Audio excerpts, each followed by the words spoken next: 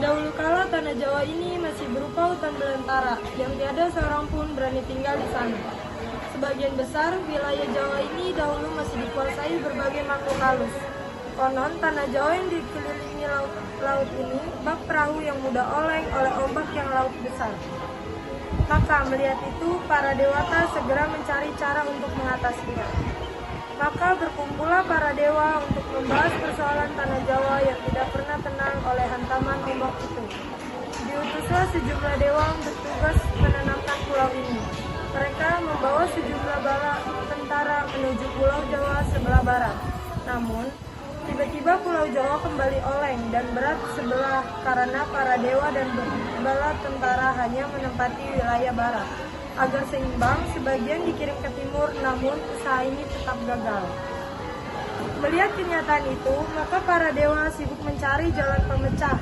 Setelah beberapa waktu berembuk, maka didapatkanlah sebuah ide cemerlang. Mau tak mau, para dewa harus menciptakan sebuah paku raksasa, dan paku itu akan ditancapkan di pusat tanah Jawa, yaitu titik tengah yang dapat menjadikan pulau Jawa seimbang. Paku raksasa yang ditancapkan itu konon dipercaya sebagian masyarakat sebagai gunung tidar. Dan setelah paku raksasa itu ditancapkan, pulau Jawa menjadi tenang dari hantaman ombak. Menurut kepercayaan sebagian masyarakat, gunung tidar pada mulanya hanya ditinggali oleh para jin dan setan yang konon dipimpin oleh salah satu jin bernama Kyai Semar. Kyai Semar tidak sama dengan tokoh Semar dalam dunia pewayangan. Kyai Semar yang menguasai gunung tidar ini konon jin sakti yang terkenal seram. Setiap ada manusia yang mencoba untuk tinggal di sekitar gunung tidar, maka tak segan Kyai Semar mengutus anak buahnya yang berupa raksasa dan genderuwo untuk memangsanya.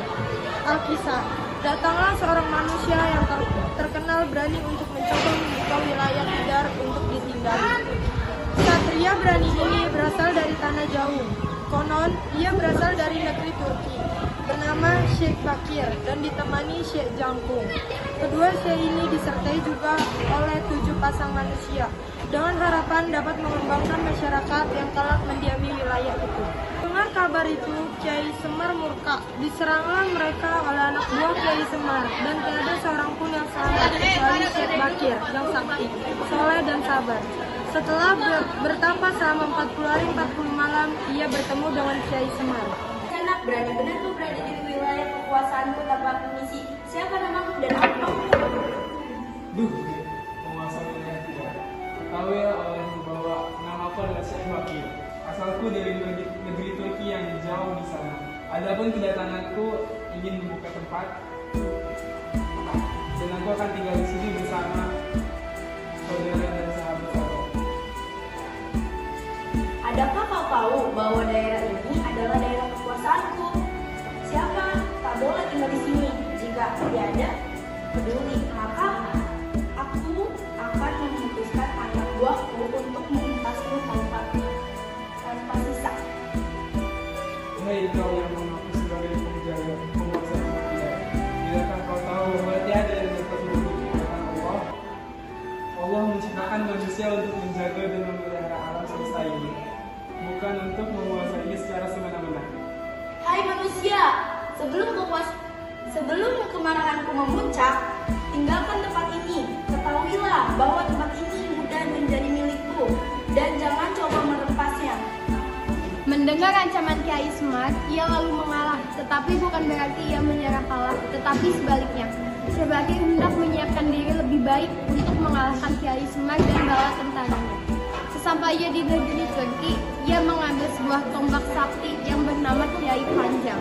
Selain itu, ia pun menyiapkan lebih banyak lagi manusia yang akan diajak Genta untuk membuka tempat tinggal baru di Tidar.